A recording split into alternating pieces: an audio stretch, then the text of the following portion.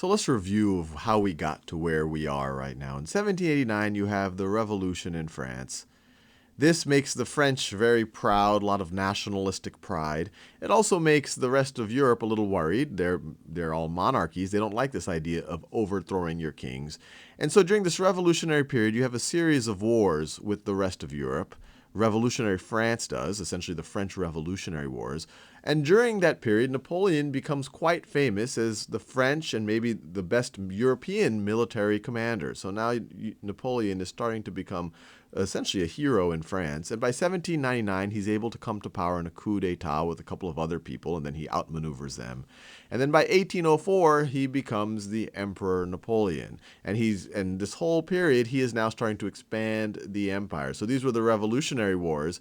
Now these you can consider right over here, the Napoleonic Wars. And the peak of the French Empire under Napoleon happens in 1812. And the real downfall, if you ask my opinion and many other people, it would be when he invaded Russia that really decimated the French Grand Army. And then we saw in the last video, by April of 1814, by the Sixth Coalition was finally successful against Napoleon. And then he was exiled to the island of Elba, which is now where we're taking up the story. He only hung out there for about a little under 10 months. He was separated from his family, so that even though he might have been put in charge of this little island, it was not maybe what he wanted, and he obviously was a very ambitious person on top of that. He caught wind of what was going on in France. Louis XVIII was there, the nobility returned, they weren't treating the old army veterans well, which made him suspect that he might be able to maybe retake control somehow.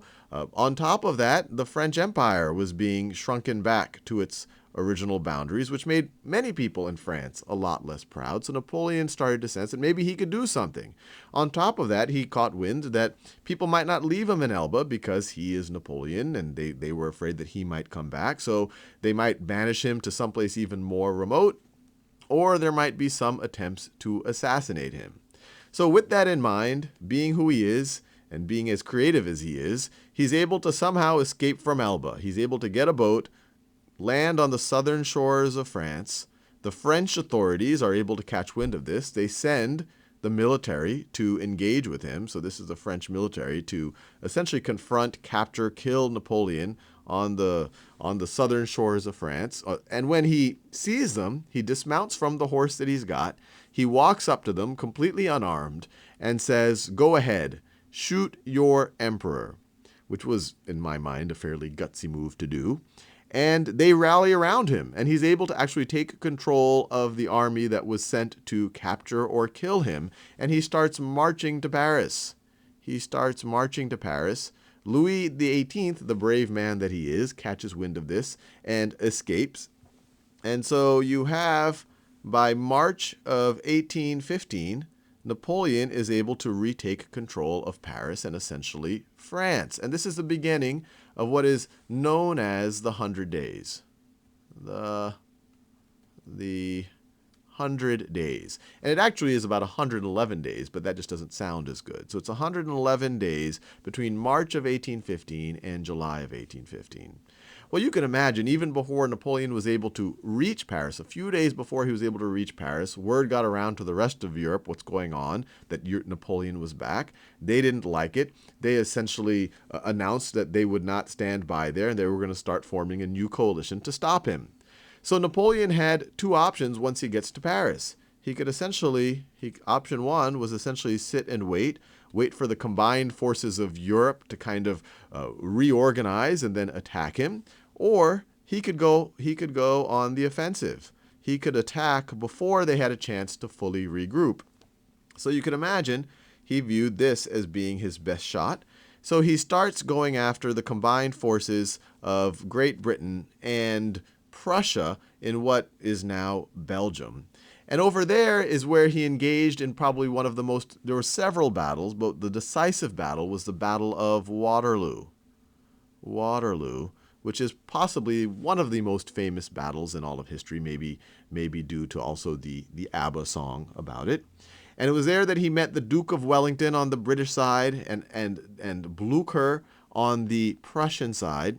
And at Waterloo, Napoleon had 70 or 80,000 troops. The other side had 120, 130,000 troops. Extremely, extremely bloody battle. 40, 50,000 people killed, injured, missing, on and on and on. But in the end, Napoleon lost. And many historians, there's different reasons for why he lost. He actually did a pretty good job considering the scenario. The ground, because of the weather was very muddy and actually was not good for being on the offense. It was very good conditions for being on the defense. And as we know, Napoleon was essentially trying to take out these somewhat remnant armies before the coalition, the Seventh Coalition, essentially had a chance to fully get back to full force. But he loses at Waterloo. There are a few skirmishes after that, but the French retreat back to Paris. And at this point, Napoleon sees the writing on the wall. He's not completely delusional. He sees that if they were able to, especially if the Prussians are able to get him again, they might not let him live. They might really do something crazy with him. So he surrenders himself to the British, and then they exile him to the island of St. Helena, which is one of the very remote islands that he was afraid of to being exiled to begin with. And just to give us a sense of how remote it is, this right over here is the southwest coast of Africa. So this is Africa right over here. St. Helena is right out over here, almost in the middle of the Atlantic between Africa and South America. And that's where Napoleon would live out the rest of his life in a very uncomfortable situation, much worse than what he had going on in Elba, separated from everyone else. And then he dies in 1821. The official cause, and this is what many historians do believe actually happened, is that he died of stomach cancer. But there are theories that there might have been some type of assassination, some slow arsenic poisoning. There was a lot of arsenic in his tissue. His body was unusually well preserved after his death. That's one of the things that arsenic does. Some people think it might have been inadvertent arsenic poisoning because of the environment that he was in, the conditions. Even it might have been the paint in the walls. But either way, he really lived out roughly the last 6 years in pretty unpleasant conditions, and then died of stomach cancer. And that was essentially the final end of Napoleon.